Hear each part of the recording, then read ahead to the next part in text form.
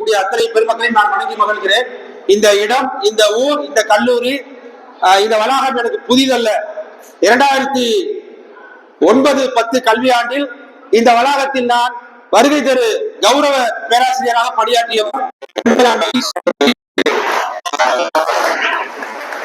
இதே block guest லெக்சரரா ஓராண்டு இங்கே பணி முடித்து விட்டு தான் நான் அரசு பணிக்கு போனேன். எனவே இந்த வளாகம் எனக்கு எப்பொழுது நான் கிழக்கே தஞ்சைக்கு போனாலும் இந்த பசுமையான வளர்ச்சி எனக்கு வந்து தாக்கும். அந்த அருமையான கட்டடம், இந்த பகுதி. எனவே உள்ளபடியே பொறுமையோடு, பொறுப்போடு, அன்போடு, அறிவோடு, அழகோடு அமர்ந்திருக்கிற மாணவ சங்கத்தை நான் வணங்கி மகிழ்கிறேன். ஆமா, நல்ல அற்புதமான மாணவர்கள். எவ்வளவு 12 காலம் கூட அவ்வளவு பொறுமையா நான் இருந்து பார்த்ததே கிடையாது. சில பேர் பிஸ்கட் வந்துட்டாலே எக்ஸ்கியூஸ் மீ அப்படின்னு சொல்லிட்டு வெளியே போயிருவாங்க. வரைய திட்டா சில பேர் கவிக்கிட்டு வெளியே போயிருவாங்க. ஆனால் கூட எதாவது பேச போறாங்க போல இருக்கு அப்படின்னு 5 நிமிடம் உட்காருவான். டீ இருக்கு, திடீர்னு எந்திரிச்சு எடுத்துட்டு ஓடிட முடியாது வெளியில. அதனால சில பேர் உட்காந்துருக்காங்க. அதுவும் ரொம்ப முக்கிய காரணம். சில பேர் வருடா மாப்பிள்ள வெயிட் பண்ணு அப்படின்னு உட்கார வச்சிருக்காங்க. இருந்தாலும் கூட இந்த 10 நிமிடம் எனக்கு கொடுத்திருக்காங்க. முதல்ல எனக்கு வாய்ப்பு தந்த கரங்கள், சேஃப் ஹேண்ட் அப்படின்னு சொல்லி ஒரு அருமையான என்ன கரங்கள், அது உதவும் கரங்கள். ஆமா, இந்த சேஃப் ஹேண்ட்ஸ் நம்ம சாரு மகேந்திரகுமார் நான் நன்றியை தெரிவிக்கிறேன். முடிச்சேன் நான்.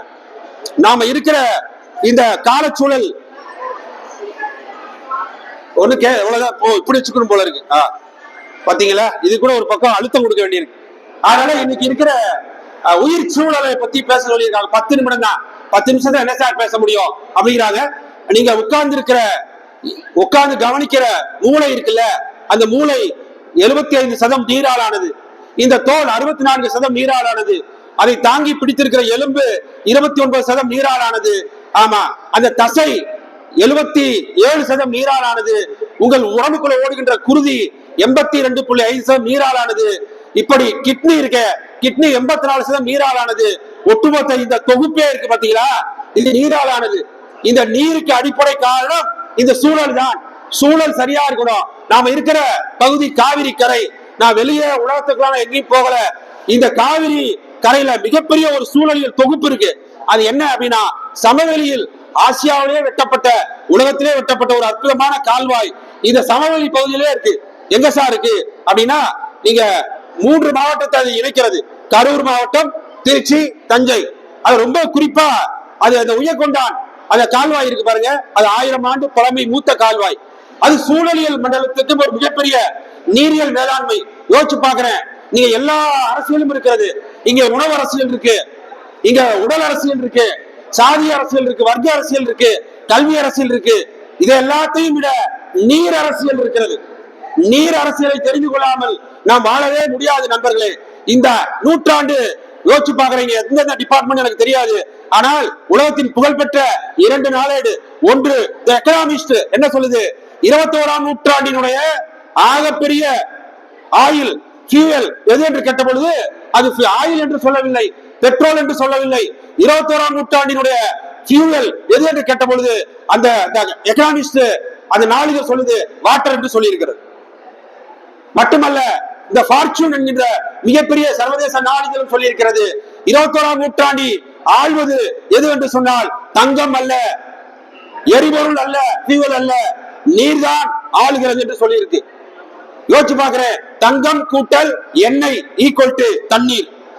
இந்த இரண்டை விடவும் விலை மதிப்பட்ட பொருளாக அடுத்த 10 ஆண்டுகளுக்கு வந்து சேரப்போகிறது தண்ணீர். ஏன்னா உங்களுக்கு தெரியும், ப்ரீபெய்டு கார்டு, போஸ்ட்பெய்டு கார்டு, எல்லா கையிலும் ஒரு கார்டு வச்சிருக்கீங்க. அதே போல ப்ரீபெய்டு வாட்டர் கார்டு இருக்கு. எங்க? தென்னாப்பிரிக்கா ஜோஹான்ஸ்பர்க் நகர்ல இருக்கு ப்ரீபெய்டு வாட்டர் கார்டு. நீ ரீசார்ஜ் 50 ரூபாய்க்கு பண்ணிக்கிட்டீங்கன்னா 50 ரூபாய்க்கு மட்டும்தான் தண்ணி உனக்கு வழங்கப்படும். உனக்கு பேலன்ஸ் இல்ல 0.1னா ஒரு சொட்டு கூட தண்ணி உனக்கு தரமாட்டாங்க. இந்த நிலை இங்கேயும் வரப்போகிறது. இப்ப தண்ணியோட அடுத்த கட்டம் என்ன சார் அந்த பையன் கேட்கிறான். யோசிச்சு பாருங்க, நிலத்தடி நீர். இந்த நிலத்தடி நீர் அரசியல்ல 5% தான் தனியார்கள் இருக்கிறார்கள். ஆனால் ஒரு ஆண்டுக்கு பெட்ரோல் தருகின்ற அந்த கோடிகளில் 50% அது வருமானம் தருகிறது. இது அடுத்த கட்டத்துக்கு போயாச்சு. எப்படி ஏஐ வந்துச்சோ தண்ணி அரசியல் என்ன அப்படின்னா, நீங்க வானத்திலிருந்து மழை பெய்ஞ்சு நீரை எடுத்து பாக்கெட் பண்ணி வித்து ஏசார் ரிஸ்க் அப்படின்னு என்ன செஞ்சுட்டாங்க. அடுத்த கட்டமா யார் இருக்கு இல்லையா, யாரு டவுன் டு எர்த் அப்படி ஒரு தலைப்பு வச்சிருக்கான். ஏர் டு எர்த் அப்படின்னு காற்றில் உள்ள ஈரப்பதத்தை உறிஞ்சி அதை நேரடியாக என்ன ஆக்குறாங்க, பாக்கெட் போட்டு விற்க அடுத்த தொழில்நுட்பம் வந்து விட்டது. இது மதுரையில் அந்த பார்லர் தொடங்கினாங்க கடந்த ஆட்சியில. நினைச்சு பார்க்க முடியுமா உங்களால? காற்றில் இருக்கிற ஈரப்பதத்தை உறிஞ்சி அந்த தண்ணீரை எடுத்து அடுத்த கட்டமாக விற்க தொடங்கி இருக்கிறார்கள். அது தமிழ்நாட்டில் மதுரையிலையும் அந்த பார்லர் தொடங்கப்பட்டது. தொடங்கிய ஒரு 6 மாதத்திலே மூடப்பட்டது. விரைவில் இங்கேயும் திறக்கப்படலாம். இதுதான் இன்னைக்கு இருக்கிற சூழலியலை நம்ம பார்த்திருக்கிற மிக இழிவாக இருக்கு. யோசிச்சு பார்க்கிறேன், ஆசியாவிலே முதலாக விற்கப்பட்ட ஆறு அல்லது சாகடிக்கப்பட்ட ஆறு எதுவென்று கேட்டால் திருப்பூர் மாவட்டத்தில் இருக்கிற நொய்யல் தான். நீங்க உத்தரப்பிரதேசம் தான் உலகத்திலேயே ஆறுகளை கொன்று குவிக்கிற மாநிலங்கள்ல முதல் மாநிலமா இருக்கு. 2வது தமிழ்நாடா இருக்கு. தமிழ்நாட்டுல 2 ஆறுகள் செத்து விட்டது. ஒன்று நொய்யல், இன்னொன்று பாலாறு, ஒன்று பின்னலாடை, இன்னொன்று தோல். அப்ப காவிரி என்ன சார்? காவிரி மெல்ல மெல்ல மாறிக்கொண்டே இருக்கிறாள். 50% கழிவு நீர் ஓடையாக மாறிவிட்டால் அங்க என்ன போறீங்க? இங்க இருக்கிற கிளியூர் ஏரி என்னவா இருக்கு? கிளியூர் ஏரிக்கு இன்னைக்கு வலசை வரக்கூடிய பறவைகள் 1000 பறவைகள் வந்துட்டு இருக்கு. இங்க இருக்கிற எத்தனை மாணவர்கள் கிளியூர் ஏரியை போய் பார்த்திருக்கீங்க? எத்தனை பேர் அங்க இருக்கிற பறவைகளை கணக்கெடுப்புல கலந்துருக்கீங்க? அங்க வருகின்ற பறவைகள் எந்த ஆண்டு எப்ப வருகிறது, எந்த நாட்டிலிருந்து வருகிறது யாருக்கும் தெரியாது. ஆனால் அது மூளைக்குள்ளே இருக்கிறது எங்கே நீர் இருக்கிறது என்று. அப்ப நீர்நிலைகள் மீதான தாக்குதலும் பெண்கள் மீதான வன் தாக்குதலும் தொடர்ந்து இந்த மண்ணில் நிகழ்ந்து கொண்டே இருக்கிறது. அதை எல்லோரும் வேடிக்கை பார்த்து கொண்டே இருக்கிறோம். ஆக நீரும் நீர்மையும் நீரியலும் பெண்மையோடு தொடர்புடையது. நிலம் பெண்ணினுடைய குறியீடு, இந்த மண் பெண்ணுடைய அடையாளம். மண் தோன்றுவதற்கு முன்னாலேயே இங்கே நீர் தோன்றிவிட்டது. அதனால்தான் கடல் நீருக்கு தமிழர்கள் முன்னீர் என்று சொல்லி இருக்கிறார்கள். முன்னீர் நன்னீர் அப்படின்றான். குடிக்கிற நீருக்கு தண்ணீர் பேர் உண்டு, இந்நீர்னு ஒரு பேர் உண்டு. அதனாலதான் யோசிச்சு பார்க்கிறேன், பச்சை நீர் அது வான் பரப்புல இருக்கிறது இல்ல. பச்சை நீர் என்பது பெய்கின்ற நீர். நீல நீர் நிலத்தடியில் இருக்கிற நீர்நிலைகள் இருக்கிற நீல நீர். சாம்பல் நீர் என்பது கழிவு நீருக்கு பேர், சாம்பல் நீர் பேர். அப்ப உயர்கொண்டான என்னவா ஆக்கியிருக்கோம்? உயர்கொண்டான் முழுக்க முழுக்க சாம்பல் நீராக போயிட்டு இருக்கு. திருச்சியில ஒரு 16 கிலோமீட்டர் உள்ள போகுது முழுமையான சாக்கடை. அது செங்கிப்பட்டி வரை போகிறது. அப்ப சூழலியல் மண்டலத்தை நாம் என்ன செய்ய முடியும்? பக்கத்தில் இருக்கிற கிளியூர் ஏரியை தூய்மை செய்ய முடியுமா? முடியும். கிளியூர்ல இருக்கிற உயிர் கோலம் பயோடைவர்சிட்டி பார்க்க முடியுமா? பார்க்க முடியும். பாதுகாக்க முடியுமா? முடியும். அங்கே குப்பைகள் கழிவுகள் கொண்டுவதை தடுக்க முடியுமா? முடியும். ஆனா நாம் என்ன செய்கிறோம்? ஒரு கேள்வி இருக்கு.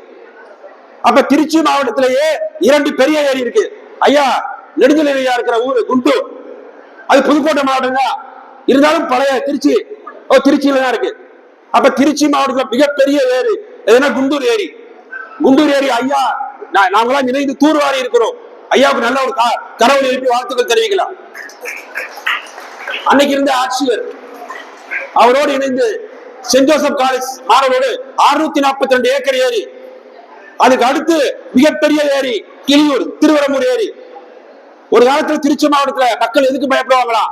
இந்த 2 ஏரியும் நிரம்பி விட்டால் திருச்சி மாவட்டமே அதிர்ச்சியில பயந்து போயிருப்பாங்களாம், திருச்சி மாநகரமே. ஏன்னா இது 2 பெரிய கடல் என்று சொல்லி இருக்கிறார்கள். அப்ப இந்த கிளியூர் ஏரியை நாம் என்ன செய்தோம்? தூய்மைப்படுத்த வேண்டி இருக்கிறோமா? அந்த ஆகாய தாமரை வெங்காய தாமரை, பொதுவா தாமரைனாலே தண்ணியை மட்டும் கெடுக்கல, எல்லாத்தையும் கெடுக்குது, உயிரை கெடுக்குது, அது வேற. ஆமா. அப்ப அதை நாம தூய்மைப்படுத்த இறங்கி இருக்கோமா? அங்க இருக்க பறவைகள் நிலைமை குறித்து யோசிச்சிருக்கோமா? இல்ல. நாம என்ன செய்ய முடியும்? இந்த மாணவர்கள் எங்களால் நம்மால் அப்படின்னா இங்க இருக்கின்ற கிளியூர் ஏரியை நாம் ஒரு நாளைக்கு நீங்க போய் பார்க்க முடியும். அங்க என்னென்னலாம் மாசுபட்டு இருக்கு, என்னென்னலாம் ஆக்கிரமிப்பு இருக்கு, என்னென்ன பறவைகள் வருகிறது யோசிச்சு பாருங்க. உயர்கொண்டா நாட்டில் அரிய வகை நீர் நாய் இருக்கிறது. நீர் நாய் எத்தனை பேர் பார்த்திருக்கீங்க? சார் தெருநாய் தான் சார் நான் பார்த்திருக்கேன். நீர் நாய் இருக்கு உயர்கொண்டான கால்வாயில. உயர்கொண்டான நீர் நாய் இருக்கிறது. ஆனா முதல்ல இருக்கிறதா செய்தியா வருது, நீர் நாய் செய்தியா வரல, வந்தாலும் யாருக்கும் தெரியல. அப்ப அரிய வகை நீர்வாழ் உயிரிகள் இருக்கிறது. அப்ப சூழலியல் மண்டலம் என்பது சிற்றுயிர் தொடங்கி பேருயிர் வரைக்குமான நிலமாக இருந்தால் மட்டும்தான் அது சரியான ஈகோ சிஸ்டமா இருக்க முடியும். அப்ப walk with ego, not with ego ரொம்ப முக்கியமான சொல்லுது. ஈகோவோட இருங்க, ஈகோவோட இருக்காதீங்க. அப்ப எது நம்மளை தடுக்குது? யோசிச்சு பாக்குறேன். இன்னைக்கு நெகிழி பயன்பாட்டை தடுக்கணும் குறைக்கணும் எல்லாம் பேசியிருப்பாங்க. ஒரு பாட்டு உங்களுக்கு தான் தெரியும். நாங்காலி இப்ப நாங்காலி மணி 12:45 ஆச்சு போது சார் காலி பால்கனி காத்துல பாலித்தீன் வாட ஓ கிரவுண்ட் ஃப்ளோர்லயும் குப்பையா கிடைக்குது ஓ நாங்காலி பிளாஸ்டிக்கை எரிச்சா காலி மொத்தமா எரிச்சா மொத்தமா காலி ஃபர்ஸ்ட் ஃப்ளோர்லயும் மண்டுது பிளாஸ்டிக் குப்பை ஓ கிரவுண்ட் ஃப்ளோர்லயும் மண்டுது வண்டி வண்டியா குப்பை ஓ காலி இப்ப நான் காலி நெகிழி குப்பை சேர்ந்தா பூமி மொத்தமும் காலி. இப்படி நீங்க தான் பாட வேண்டியிருக்கு. ரீல்ஸ் எப்படி போடுங்க போய் ரீச் ஆகும். யோசிச்சு பாக்குறேன். இன்னொரு பாட்டு என்னுடைய மாணவர் பாடுற பாட்டு செந்தில் கணேஷ், எங்க கல்லூரி மாணவர் செந்தில் கணேஷ்.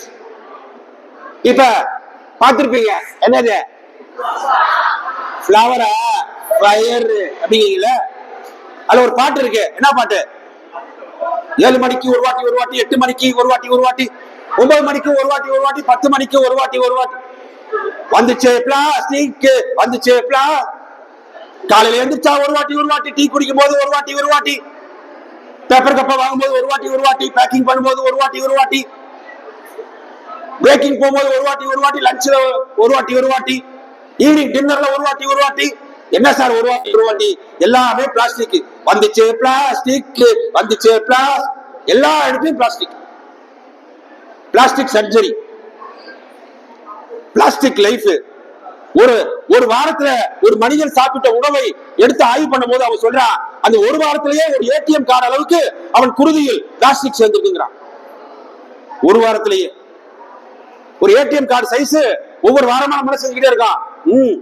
மொத்தமாக நாங்காலி நீயும் தாங்காலி. அதனால இந்த சூழலியல் மண்டலம் சிற்றுயிர் தொடங்கி பேருயிர் வரைக்குமாக இருக்கணும். யோசிச்சு பாக்குறேன். ஈகாலஜி, ஈகோ சிஸ்டம், இதெல்லாம் நீங்க லத்தீன்ல இருந்து வந்துச்சுன்னு சொல்லிட்டு இருக்காங்க. பகுத்துண்டு பல்லுயிர் ஓம் முதல் என்று நம்முடைய வல்வம் சொல்லுகிறது. ஆமா, அன்பு ஈனும் அறமம் ஈனும் என்று சொல்லிக் கொடுத்திருக்கு. எனவே சூழலியல் மண்டலம் என்பது எல்லா உயிருக்குமா எவ்வுயிருக்கும் வானிலை நாம் உருவாக்க வேண்டும். அதற்கு நல்ல நிலம், நல்ல விதைகள், நல்ல உணவு, நல்ல காற்று, நல்ல வாழிடம் இருக்கணும். யோசிச்சு பாருங்க. நேற்றைக்கு ஒரு அற்புதமா இன்னைக்கு மதுரையே மகிழ்ச்சியில கொண்டாடிட்டு இருக்கு. ஐட்டாப்பட்டு நிலம் மக்களுக்கு போய் சேர்ந்து இருக்கிறது. ஏன்னா பல்லுயிர் மண்டலமாக தமிழ்நாடு அறிவிச்சிருக்கு. 2 ஆண்டுகளுக்கு முன்னாலேயே தமிழ்நாட்டில் ஒரு பல்லுயிர் மண்டலம், அற்புதமான ஒரு இடம் மதுரை. 1.5 மணி நேரத்தில் நீங்க போயிடலாம். வேலூருக்கு கிட்டத்தட்ட 250 வகையான அரிய வகை பறவைகள் அங்கே இருக்கிறது. 90 வகையான நீரூற்றுகள் கொண்ட ஏரி அங்க இருக்கு. அரிய வகை பருந்துகள் அங்கே இருக்கிறது. எங்க சார்? இங்க இருக்க மதுரை பக்கத்துல அரிட்டாப்பட்டியில. அதாவது பல்லுயிர் வாழிடமாக பயோடைவர்சிட்டி ஹாட்ஸ்பாட்டாக அறிவிச்சிருக்கு. அப்ப திருச்சியில எங்கேயுமே இடம் சார் இருக்கு. அது கிளியூர் ஏரி நாம் நினைத்தால் அப்படி உருவாக்க முடியும். குண்டூர் ஏரியை நாம் உருவாக்க முடியும். பொன்மலைப்பட்டி ஏரியை உருவாக்க முடியும். நீங்க திண்டுக்கல் போற ரோட்ல இருக்கிற அந்த ஏரியை மாற்ற முடியும். அப்ப சூழலியல் என்பது தனி மனிதனுடைய பயன்பாட்டிலிருந்து தொடங்குகிறது, என்னுடைய நுகர்வு வெறியிலிருந்து தொடங்குகிறது. அப்ப ஈகோ சிஸ்டம் என்பது ஒவ்வொருத்தர் வீட்டிலிருந்தே அது தொடங்குகிறது.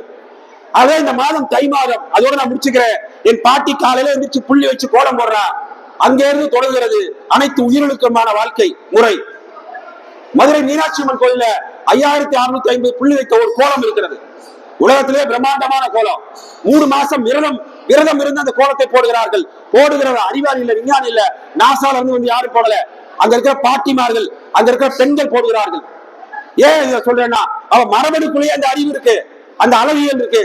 அதே போலதான் ஒவ்வொரு உயிருக்குள்ளும் இயற்கையை பேண வேண்டும், இயற்கையை பாதுகாக்க வேண்டும், இயற்கையோடு வாழ வேண்டும் என்கின்ற அந்த எண்ணம் ஒவ்வொருத்தருடைய உயிரணுக்குள்ள மரபணுக்குள்ளே இருக்கு. மனிதனுக்கு மட்டும்தான் இன்னைக்கு மறத்து போய்விட்டது. எல்லா உயிருக்கும் அது இருக்கிறது. அதனால பல்லுயிர் மண்டலமாக ஐட்டாப்பட்டி அறிவித்திருக்கிறது தமிழ்நாடு அரசு. ஒவ்வொரு உயிரும் இங்க முக்கியம். நீ காக்கான்னு சொல்ற, என்னுடைய நிலத்தை கூட அப்படிதான் சொல்லுவாங்க. ஆனால் ஒரு காகம் வாழ்நாள்ல 20,000 வேப்பங்கொட்டைகளை மென்று தின்று எச்சத்தில் போட்டு மரத்தை முளைக்க வைத்து விட்டுதான் ஒரு காகம் போகிறது. ஆனால் காகத்தை கூட இன்னைக்கு சாதியின் அரசியல்ல, சூழலில் அரசியல்ல கருப்பு என்பதை பின்னால வச்சிருக்கீங்க.